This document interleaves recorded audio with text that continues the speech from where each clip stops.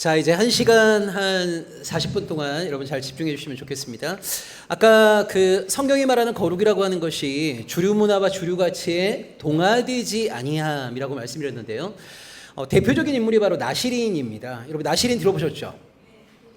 나시린이 그 지켜야 될 규례 가운데 혹시 기억나는 거 계신가요?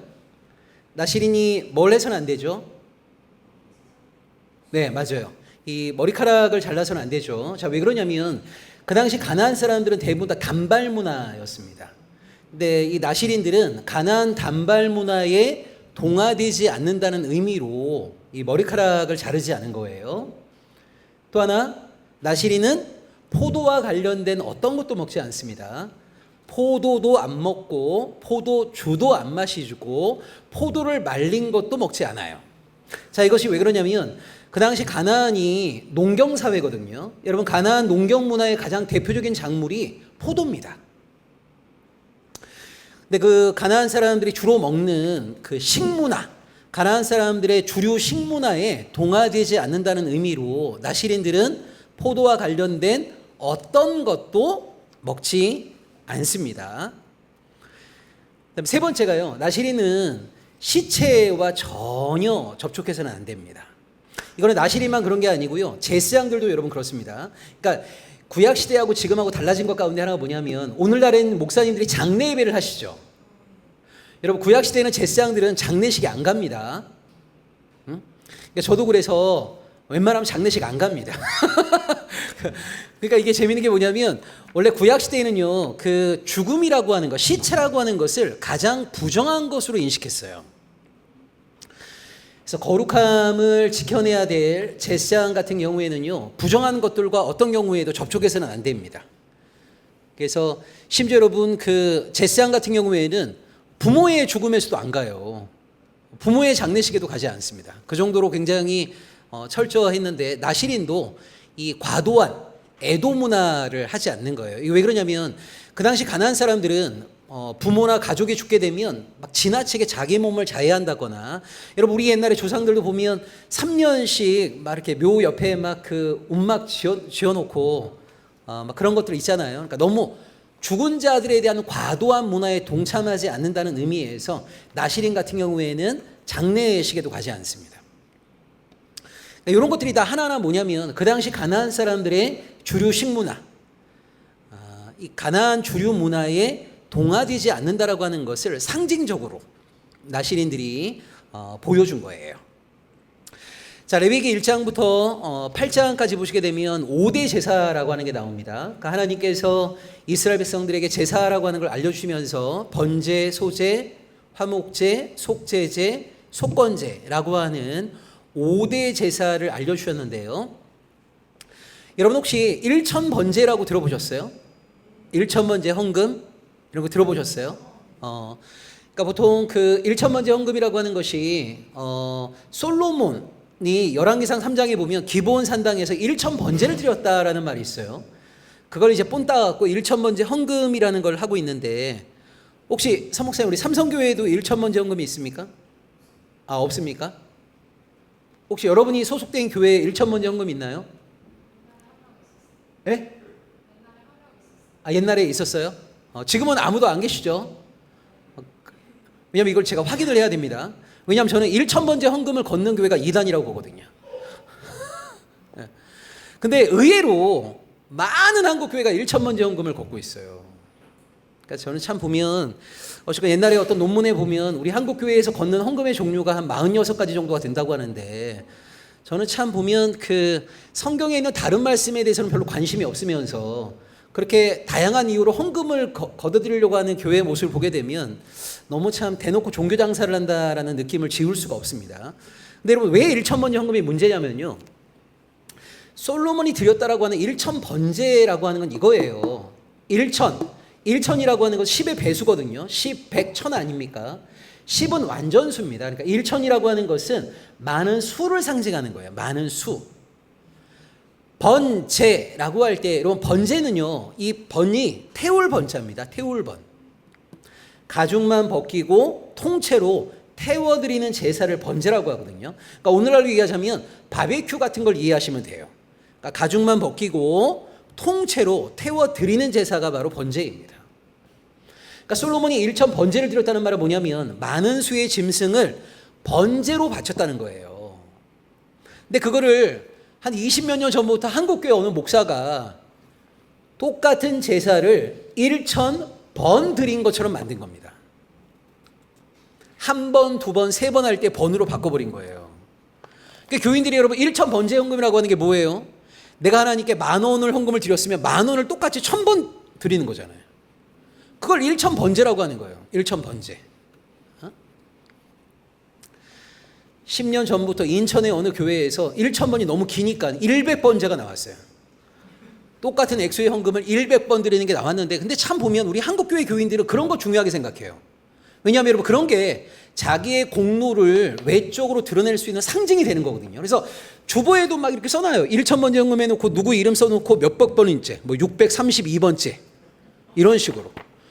그러니까 교인들 사이에 사실 이런 걸 통해서 경쟁을 부추기는 경우들이 굉장히 많이 있는데, 여러분 거기에 말하는 번이라고 하는 게 똑같은 제사를 1,000번 드리는 게 아닙니다. 태울 번자입니다. 태울 번자. 소제는 뭐예요? 농산물로 바치는 겁니다. 화목제는 뭐예요? 제사 드린 사람들이 함께 음식을 나누어 먹는 제사가 화목제입니다. 자, 근데 요새 여러분 중요한 게 이거예요. 자, 여러분이 만약 양 한 마리를 제물로 하나님께 드리겠다라고 하면, 자, 양을 한 마리 끌고 옵니다. 우리는 이렇게 생각하기 쉬워요. 내가 양을 제물로 바치겠다라고 하게 되면 내가 양을 끌고 와서 제사장에게 그것을 인계하고 제사장이 다 알아서 할 것 같죠? 여러분 절대 그렇지 않습니다. 자, 잘 들어보세요. 구약의 제사가 오늘날 우리에게 예배라고 할 때요, 여러분 5대 제사의 가장 중요한 특징이 뭐냐면 제사를 드리겠다고 하는 사람이 거의 처음부터 끝까지 주체적으로 모든 걸 다 합니다. 자, 볼까요? 자, 양을 끌고 왔습니다. 여러분 이 양에게 누가 안수하죠? 자, 제가 이 양을 제물로 바치겠다고 끌고 옵니다. 이 양에게 누가 안수하냐면요, 내가 안수합니다. 누가 이 양 잡습니까? 내가 잡습니다. 내가. 누가 이 양을 각을 다 뜹니까? 내가 다 뜹니다. 그 양의 더러운 내장이나 정갱이 누가 씻습니까? 내가 다 씻습니다. 내가. 그래서 여러분 내가 깨끗하게 다 씻어 놓으면요, 씻어 놓은 그걸 제사장이 제단에 올리는 겁니다. 그러니까 실제 누가 다 하는 거예요? 그러니까 우리가 생각할 때는 내가 양 한 마리 끌고 오면 제사장에게 그 양을 넘기게 되면 제사장이 그 다음에 다 알아서 할 것 같죠? 절대 그렇지 않아요. 제사를 드리겠다는 내가 안수하고 내가 도살하고 내가 각을 뜨고 내가 다 씻는 거예요. 그러면 제사장이 각을 떠놓은 그걸 제단에 올리는 겁니다. 그러니까 여러분 레위기 5대 제사의 가장 중요한 특징이 뭐냐면요, 제사 드리는 자의 능동적인 적극성, 제사장은 수동적인 소극성인 거예요. 자, 그런 의미에서 오늘날 예배는요 거의 목사님이 처음부터 끝까지 다 주관합니다. 교인들이 관객처럼 참여하는 경우들이 너무 많아요. 그러니까 저는 예배 안에서도 교인들이 좀 적극적으로 참여할 수 있는 공간들을 많이 만드는 게 필요하다고 봅니다. 근데 어쨌건 간에 오늘날 예배는요, 여러분 심지어 대형교회 예배들 같은 경우에 보게 되면 콘티라고 들어보셨죠? 콘티. 요거는 1분, 요거 3분, 무슨 마치 연극 대본 같아요. 연극 대본. 그 여러분 심지어 장로님들 대표기도 2분 넘기면 그 다음에 한번 잘립니다. 그 콘티대로 해야 돼요. 콘티대로. 여러분 그게 시나리오대로 움직이는 것에 무슨 성령의 역사가 있겠어요. 그러니까 이게 참 오늘날에는 예배가 하나의 공연처럼 딱딱 돼갖고 그 시나리오대로 막 이렇게 굴러가게 되는데, 여러분 그렇지 않아요. 구약시대의 예배라고 하는 것은 제사 드리는 자가 능동적인 적극성으로 참여하는 것이고 도리어 제사장이 굉장히 수동적이라고 하는 것을 기억하셔야 돼요. 근데 오늘날 너무나 많은 개신교인들이 목사에게 모든 걸 너무 떠넘깁니다. 그리고 목사가 처음부터 다 해요. 사회도 다 보고 목사의 설교가 너무 중간에 너무 많아요. 목사의 설교가. 왜냐하면 여러분 엄밀한 의미에서 교인들이 말씀을 함께 나누는 것도 좋고, 이건 약간 신학적인 고민이 필요한 건데 왜 목사만이 축도합니까? 모든 교인들이 서로를 향해서 축도하면 안 되나요? 그러니까 여러분 오늘날 한국 교회가 개신교와 캐톨릭의 가장 중요한 차이가 만인 제사장이거든요. 만인 제사장. 여러분 캐톨릭은 신부가 없으면 미사 불가능합니다. 신부를 통해서만 하나님을 만날 수 있는 거예요. 근데 개신교는 그걸 거부하고 나온 거잖아요. 그러면서 교회 공동체의 모든 구성원들이 다 하나님 앞에 제사장이라는 마음으로 살아가는 게 바로 개신교란 말이에요. 근데 오늘날 너무나 많은 개신교인들이 목사에게 모든 걸 떠넘기고 의지하고 의존하는 경향이 굉장히 많아요. 그래서 사실은 오늘날 개신교 안에 만인 사제가 제대로 구현되고 있는가 이런 고민들을 우리가 좀 진지하게 하는 것도 필요하다. 근데 어쨌건 여러분 구약의 5대 제사에서 우리가 주목해야 될 것은 제사 드리는 자가 굉장히 능동적이고 적극적이라고 하는 것을 기억하셔야 돼요.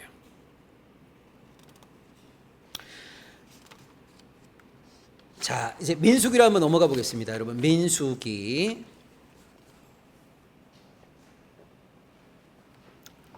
자, 민수기는요 백성의 수를 센 기록이라는 말인데요. 원래 그 히브리어 성경에 보시게 되면 책 이름이 베미드바르입니다. 베미드바르.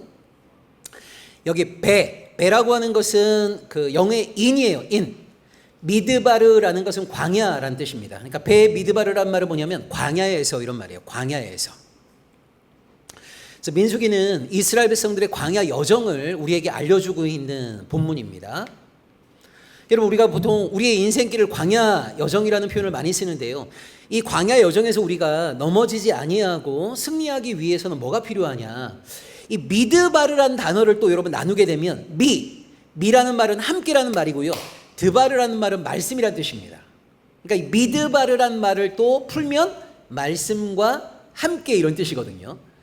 그러니까 민수기라는 그 책의 제목에서 우리가 뭘 좀 끄집어낼 수 있냐면 우리의 인생 여정은 광야 여정인데 이 광야 여정에서 우리가 넘어지지 않기 위해서는 뭐가 필요하냐? 말씀과 함께하는 삶이 필요한 거예요.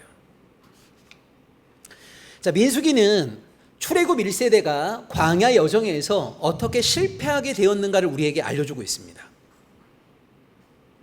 그러니까 어떻게 보면 여러분 민수기는요 우리가 좀 긴장감을 가지고 봐야 될 굉장히 중요한 본문이라고 할 수 있어요.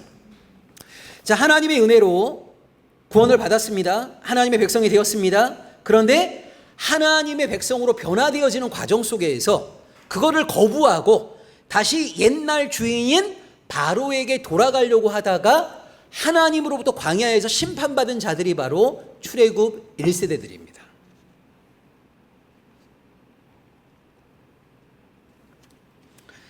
자, 여러분 보세요. 우리 한국교회 안에 여러분 구원파라고 들어보셨죠? 구원파. 구원파 그럼 우리가 다 이단이라고 하지 않습니까? 그런데 여러분 자세히 보시게 되면요. 대다수의 일반적인 한국교회가 구원과 관련돼서는요. 구원파랑 별로 차이가 없습니다. 제가 볼 때 진짜 좀 재미난 게 보통 그 한국의 개신교인들을 한 800만으로 봐요.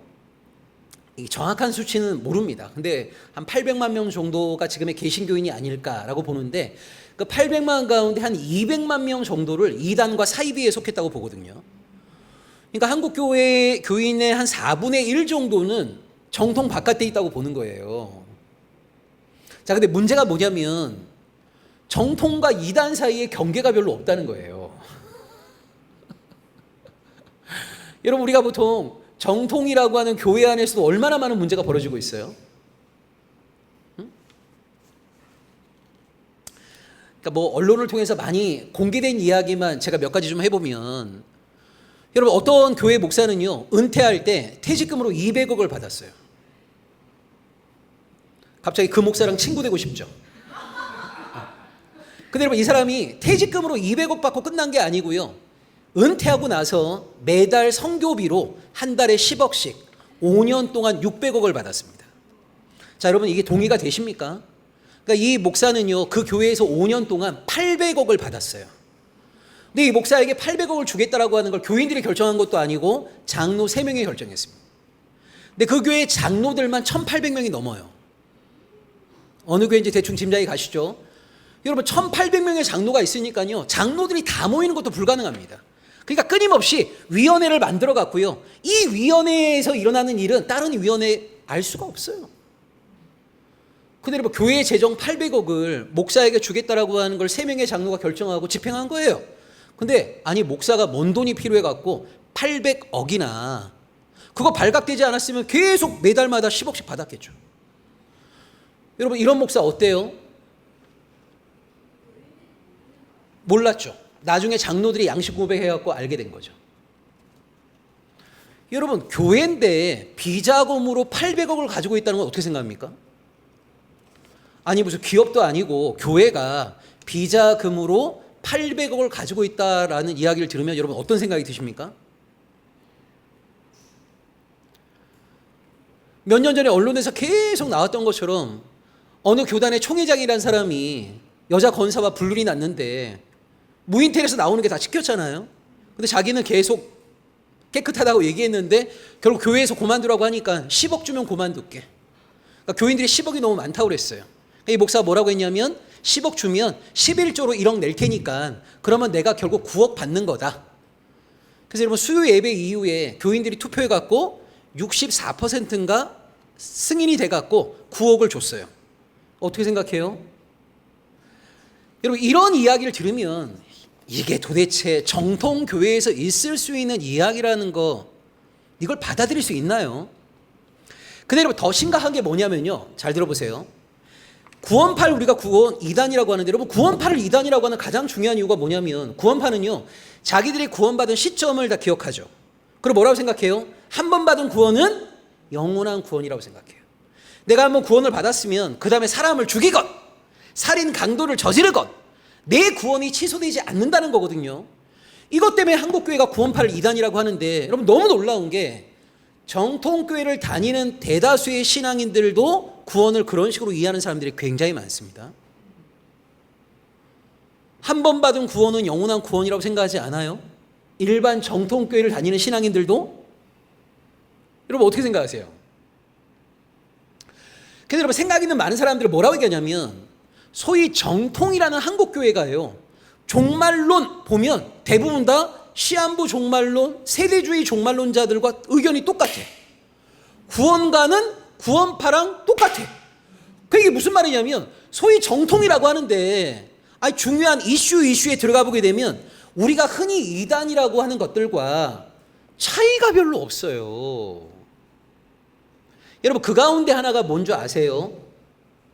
구원에 대한 이해 속에서 이거예요. 한 번 구원을 받았으면 이 구원을 상실하지 않는다고 생각하는 신앙인들이 굉장히 많습니다. 여러분 우리 대부분 다 그렇게 생각하지 않습니까? 하나님이 나를 구원하셨어 라고 했을 때 이 구원이 취소될 수 있다라고 하는 것에 대해서 여러분 동의가 되세요?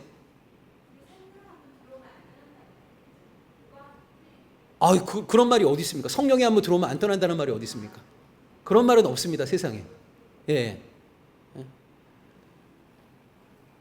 자, 그래서 여러분 여기 잘 보시게 되면 잘 보세요, 여러분. 예수님의 제자들 중에도 가룟 유다라는 사람이 있잖아요. 우리 구약, 특히 민수기에서 여러분 잘 보시게 되면 출애굽을 했던 출애굽 1세대 가운데 가나안 땅에 들어갔던 사람은 여호수아와 갈렙밖에 없죠. 모세는 자기 의지와 무관하게 하나님께서 들어가지 말라고 하신 거고 대다수의 사람들은요.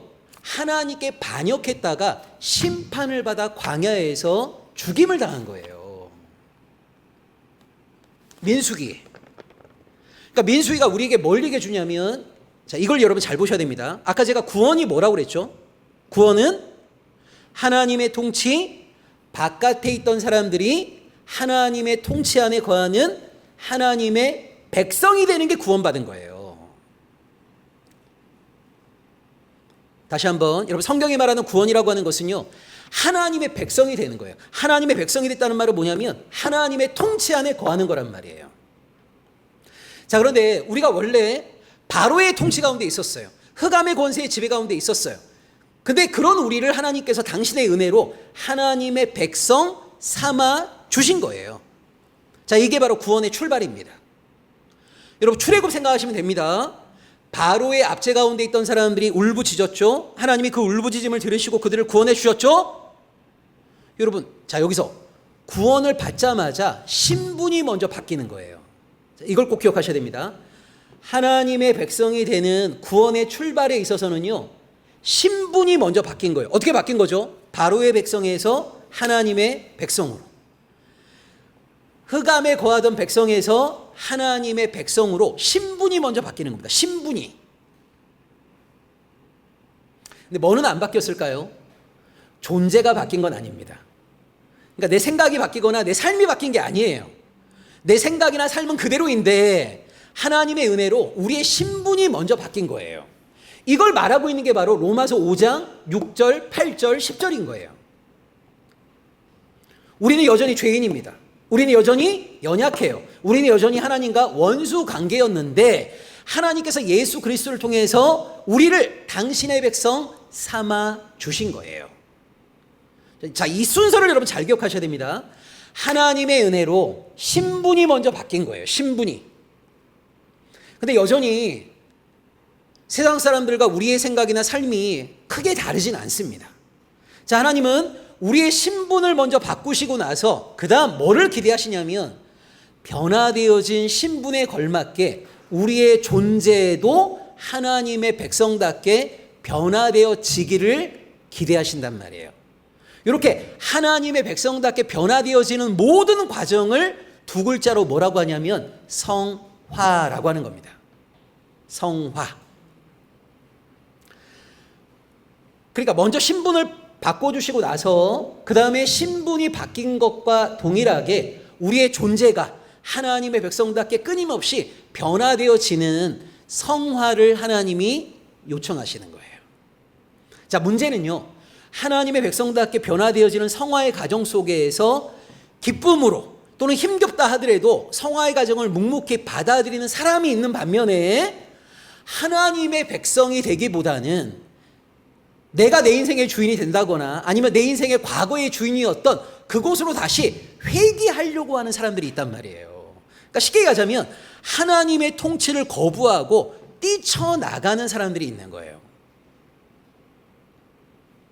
그들의 대표가 바로 출애굽 1세대들인 겁니다. 자, 하나님의 은혜로 출애굽했죠. 하나님의 백성이 되었죠. 하나님이 기대하신 것은요, 약속의 땅 가나안을 향해서 힘있게 걸어가는 거였어요. 근데 대다수의 출애굽 1세대들이 약속의 땅 가나안을 향해 힘있게 걸어가기보다는 옛날 자기를 지배했던 이집트로 돌아가서 다시 바로의 통치 안에 머물기를 기대했단 말이에요. 그러니까 쉽게 얘기하자면 가나안을 향해 걸어가야 될 사람들이 조금 힘들고 어려우니까 가나안을 향해 걸어가는 걸 포기하고 애굽으로 다시 돌아가려고 했어요. 이걸 환애굽이라고 얘기합니다. 환애굽.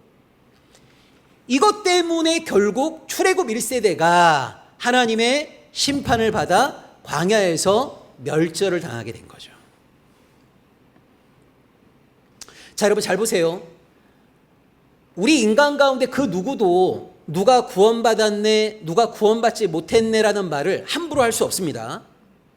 여러분 이 말도 조심하셔야 되는 거예요. 당신은 하나님의 은혜로 구원받으셨습니다 라는 말을 사실 여러분 우리가 하나님이 아닌 이상 누군가를 구원할지 안 할지를 우리 스스로가 어떻게 판단합니까? 이거는 당신이 구원받기를 원합니다. 이렇게는 우리가 얘기할 수 있지만 당신은 구원받으셨습니다 라고 말하는 것도요, 하나님의 주권을 침해하는 거예요. 그거 사실 여러분 엄밀한 의미에서 보자면 굉장히 오만한 말인 겁니다. 우리 인간을 구원할지 구원하지 않을지는 하나님의 절대 주권에 속하는 거예요. 절대 주권. 자, 근데 다만 우리가 스스로 자가 진단할 수 있는 게 있어요. 그게 뭐냐면 우리가 정말 하나님의 은혜로 구원받은 하나님의 백성이라면 내가 하나님의 통치 안에 거하기를 사모하겠죠. 내가. 근데 만약 여러분 내가 보세요. 내가 구원받은 하나님의 사람이라고 말은 하면서도 하나님의 뜻대로 살고 싶은 마음이 1도 없어. 나는 내 마음대로만 살고 싶어. 하나님이 자꾸 내 인생 간섭하는 게 너무 싫어. 이런 사람은요, 엄밀한 의미에서 보자면 하나님의 통치 바깥에 있는 거예요. 바깥에. 예전에 저랑 성경 공부했던 어느 권사님이 저한테 이런 질문을 하신 적이 있어요. 이분이 아들 둘이, 하나는 의사고 하나는 그 법조인이었는데 이분이 뭐라고 얘기하냐면, 목사님 요새는 기도할 내용이 없다고. 그래서 권사님 그게 무슨 말씀이세요? 그랬더니 옛날 애들이 학생일 때는 좋은 대학 들어가게 해달라고 엄청 기도했대. 근데 애들이 둘 다 좋은 대학 들어갔어요. 그리고 나서 얘네들이 나중에 법조인하고 의사 되게 해달라고 열심히 기도했는데 둘 다 이제 된 거예요. 그러니까 이제 그리고 결혼해달라고 기도했는데 좋은 배우자 만났어요. 손주를 위해서 기도했는데 손주까지 다 태어났어. 기도할 게 없대 지금은. 그러면서 뭐라고 얘기하냐면 저한테 이렇게 얘기해요. 목사님, 나는 일주일 내내 하나님의 말씀을 보고 싶은 마음도 전혀 안 생기고, 권사님이신데 전혀 안 생기고, 하나님께 뭐 순종하고 싶은 마음도 전혀 없어요. 왜 그래요 제가? 이렇게 물어보시더라고요 저한테. 그래서 제가 권사님한테 이렇게 말씀드렸어요. 아니, 권사님 너무 걱정하지 마시라고. 아직 구원을 못 받으셔서 그렇다고. 여러분, 이게 사실은 정확한 의미예요. 여러분 잘 들으셔야 됩니다. 구원이라고 하는 것을 자꾸만 한국 교인들은요, 내가 한번 받으면 어떤 일이 있어도 이거 절대 빼앗기지 않을 거라고 생각하는 거예요. 하나님이 구원한 자를 버리진 않죠. 그런데 문제는 뭐냐면, 하나님의 은혜로 구원을 받았지만 하나님의 통치 안에 거하기를 우리 인간이 끊임없이 거부하는 경우가 있다는 거예요. 그 대표가 누구냐면 출애굽 1세대들인 거예요. 1세대. 그 여러분, 나중에 바울 서신에도 봐보면요, 바울과 동역했던 사람들 가운데 바울을 떠나서 신앙을 저버린 사람들이 굉장히 많아요. 예를 들자면 디모데후서 4장에 보면 대마라는 사람 나와요. 대마는 세상을 사랑하여 나를 버리고 데살로니가로 갔다, 이런 말이 나와요. 그러니까 여러분, 처음에는 하나님께 헌신하고 봉사하는 것처럼 막 보이다가 어느 순간에 하나님께 등을 돌리고 아예 하나님과 관계를 단절한 사람들이 있단 말이에요. 여러분, 우리는 그런 사람들 안 만납니까? 그런 사람들 많이 만나잖아요. 그러니까 무슨 얘기냐면, 하나님의 은혜로 하나님의 백성이 되었지만 하나님의 백성이 되는 과정 속에서 하나님의 백성으로 변화되는 것을 스스로 거부하고 자기의 과거의 삶으로 회개하는 사람들이 굉장히 많이 있는데, 이걸 뭐라고 하냐면 신학에서 구원의 상실이라고 말해요. 구원의 중간 탈락이라고 말해요.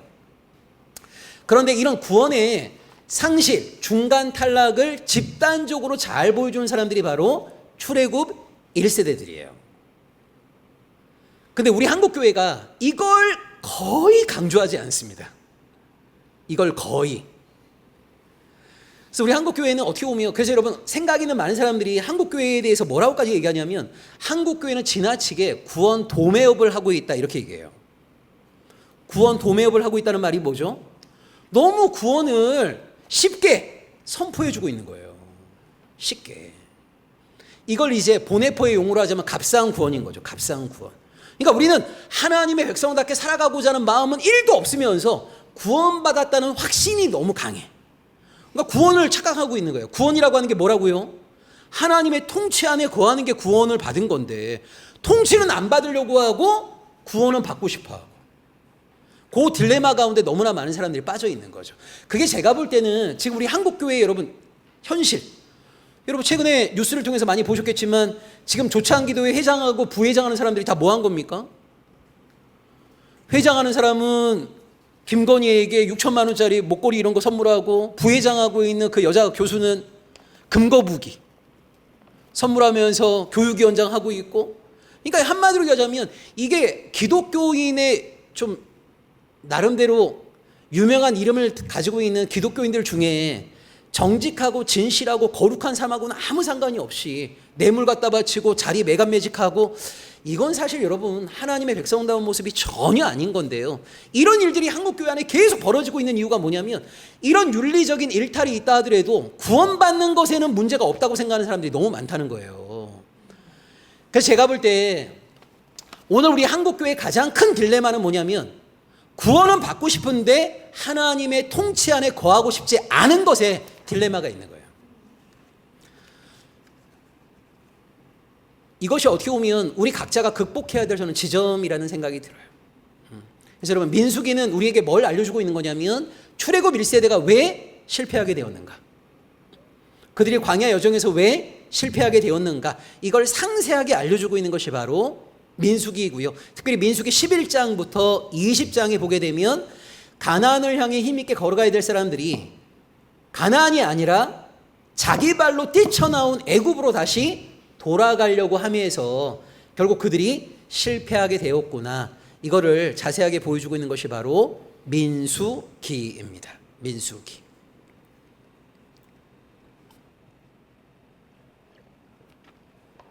혹시 질문 있어요? 질문? 좀 질문하실 거 있으시면 질문하셔도 됩니다.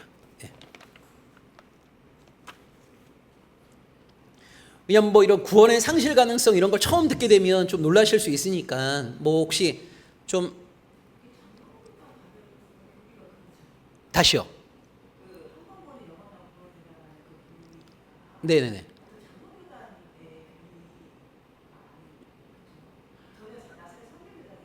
네네. 아, 성결교는 한 번 구원은 영원한 구원이다라고 가르치지 않는데 장로교가 그렇게 가르치지 않느냐? 네네네.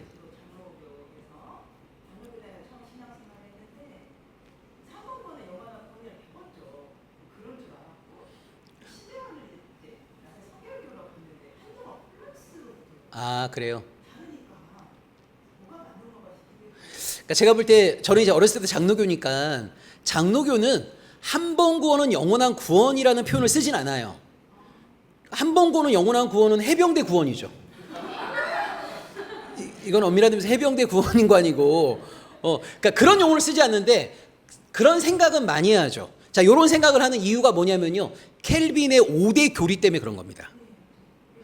여러분 켈빈의 5대 교리라고 혹시 들어보셨어요? 뭐 튤립이라고 그래갖고 인간의 전적 타락해갖고 여러분 다섯 번째가 뭐냐면 성도의 견인이라는 거예요. 자, 여기서 이제 많은 사람들이 착각을 합니다. 뭐라고 착각하냐면 여러분 잘 들으셔야 돼요. 켈빈은 이렇게 얘기했습니다. 인간은 전적으로 타락했다. 자, 여기 한번 여쭤볼까요? 여러분 그냥 이렇게 한번 손들어서 의사를 한번 표현해 보세요. 우리 서목사님 여기 삼성교회도 장로교죠. 장로교죠, 장로교. 자, 여러분 예수 그리스도의 십자가의 죽음이 이 땅에 있는 모든 죄인들을 위한 대속의 죽음이다 라고 생각하시는 분 한번 손 들어 보세요. 자, 예수 그리스도의 십자가의 죽음은 이 땅에 있는 모든 죄인들을 위한 대속의 죽음이다 라고 생각하시는 분 한번 손 들어 보세요. 진짜.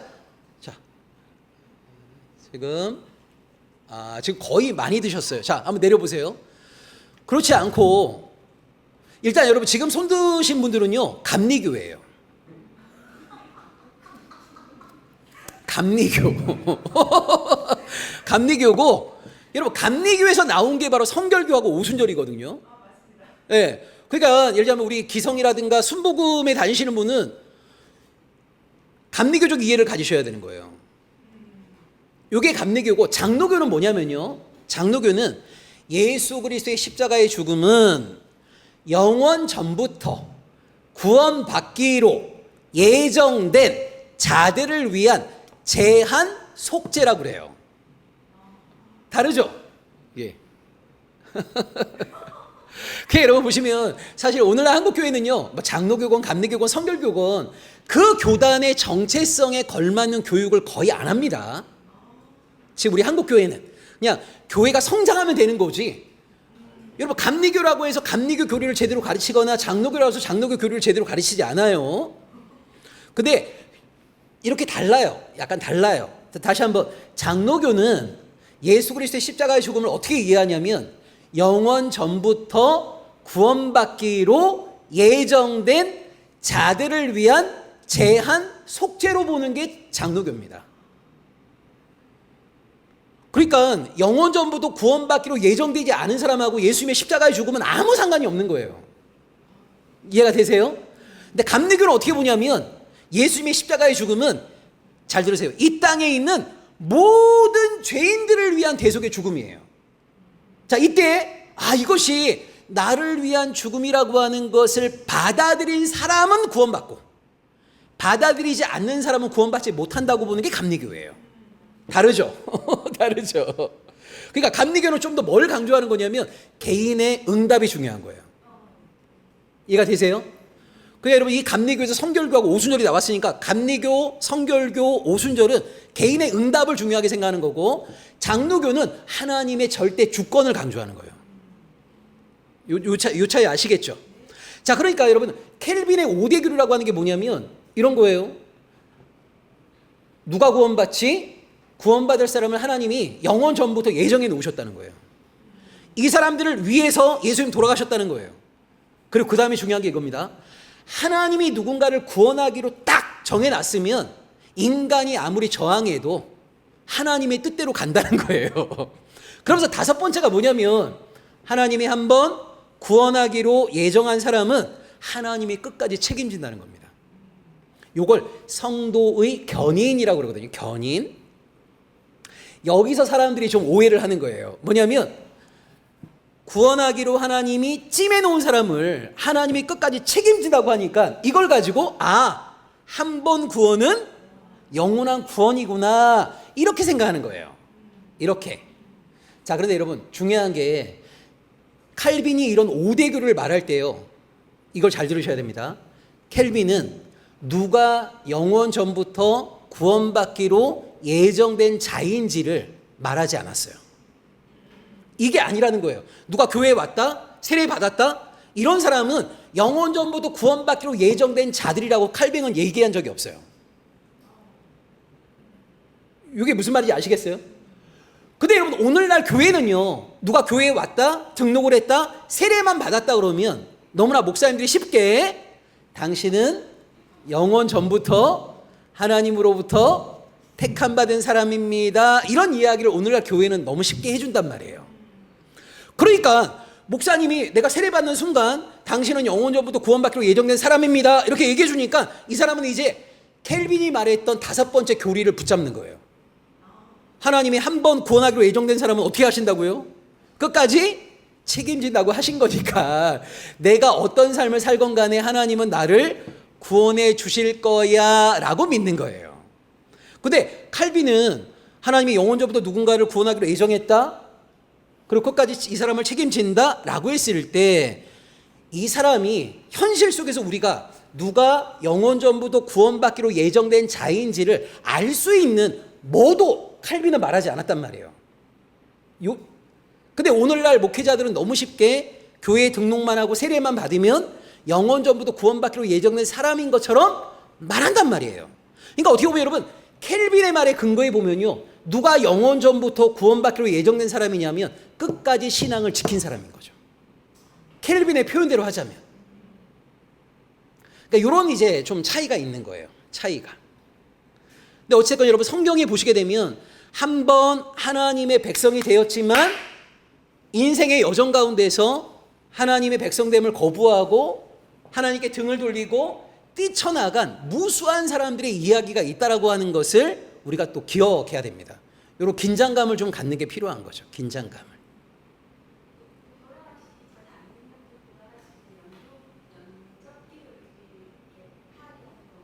네네네.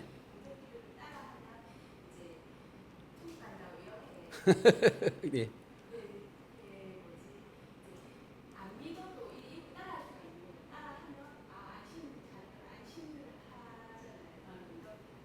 네네네. 맞아요.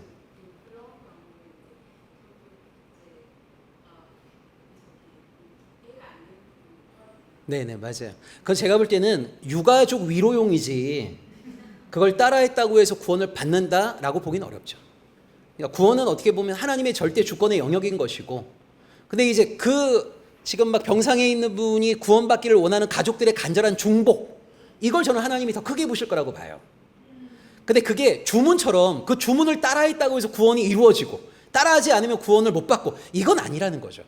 그건 아니죠. 그러니까 제가 볼 때는 만약 그 사람이 구원을 받게 되면 그건 그 사람 때문이라기보다는 가족이 구원받기를 원하는 많은 사람들의 중보를 하나님이 어여삐 여기셔서 구원을 받는 거지, 그런 어떤 그 영적 기도를 따라하는 것이 하나의 주문적 효력을 발휘해 갖고 구원을 받고 안 받고는 전혀 아니죠.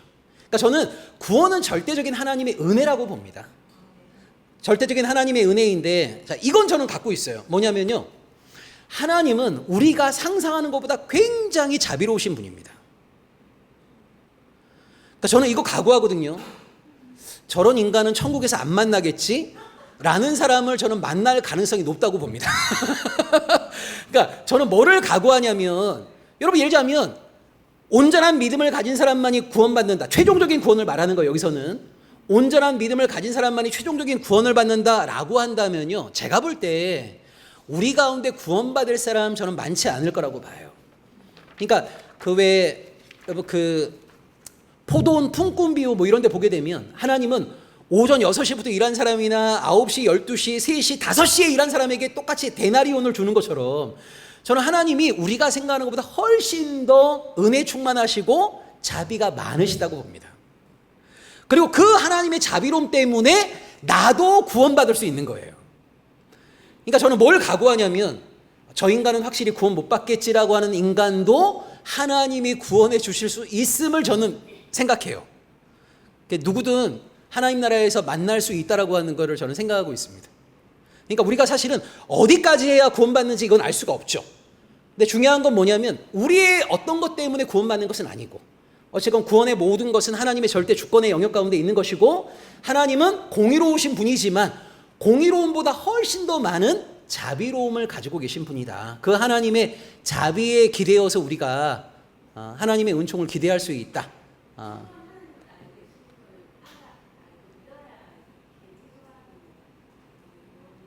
구약의 예언서를 보시게 되면요, 하나님이 이방 백성들을 심판하실 때 한 번도 하나님을 믿지 않았다는 이유로 심판하지 않으십니다. 왜 그럴까요? 이방 백성들은 하나님을 믿을 수 있는 기회가 전혀 없었거든요. 그러니까 저는 하나님의 최후 심판의 특징이 있다고 보는데 첫째는 매우 공의로울 거라고 봐요. 하나님의 심판이 공의롭다는 말은 뭐냐면 하나님의 판결을 받는 사람이 억울해하지 않는 판결일 거라고 보는 거예요. 근데 여러분, 만약 하나님을 믿을 수 있는 기회가 전혀 없었던 사람한테 너 왜 하나님 안 믿었어? 라고 하면서 넌 지옥, 그러면 이 사람 굉장히 억울하겠죠. 그래서 우리 구약의 예언서에 보시게 되면 이방 백성들을 하나님이 심판하실 때 단 한 번도 하나님을 믿지 않았다는 이유로 그들은 심판받지 않습니다. 로마서에도 율법을 가진 자는 율법으로, 율법이 없는 자는 양심으로 심판받는다는 말이 있어요. 네. 그러니까 저는 하나님의 심판은 매우 공의로울 거라고 보고, 두 번째, 공의로움만 있으면 우리 가운데 구원받을 사람 별로 없다고 저는 생각을 해요. 두 번째는 그 공의로움을 초국하는 하나님의 자비로우심이 있다고 봅니다. 네. 어찌됐건 구원 얘기만 하면 우리가 이제 긴장하게 됩니다. 구원 얘기만 하게 되면 우리가 이게 다 나와 연관된 문제다 보니까. 근데 여러분, 어찌됐건 이 구원이라고 하는 것은 하나님의 통치 안에 거하는 것이고 하나님의 백성이 되는 것인데, 그게 우리에게 사실 딜레마죠. 구원은 받고 싶은데 하나님께 순종하고 싶은 열망은 그렇게 많지 않은 그 딜레마 가운데 우리가 참 늘 좀 왔다리 갔다리 한다는 느낌이 들어요. 그래서 어찌됐건 좀 한국교회가 정립해야 될 올바른 개념 가운데 하나가 이 구원을 받는다는 게 뭔가, 하나님의 백성이 된다는 것이 무엇인가에 대해서 좀 제대로 말하는 것이 필요하고, 특별히 민수기가 말하는 것처럼 하나님의 은혜로 하나님의 백성은 되었지만 하나님의 백성이 되는 과정 속에서 하나님의 통치 안에 거하기를 스스로 거부하고 뛰쳐나가는, 스스로 구원을 거부하는 무수하게 많은 사람들이 있었다라고 하는 것을 우리가 성경을 통해서 또 잘 기억하는 것이 필요하겠습니다.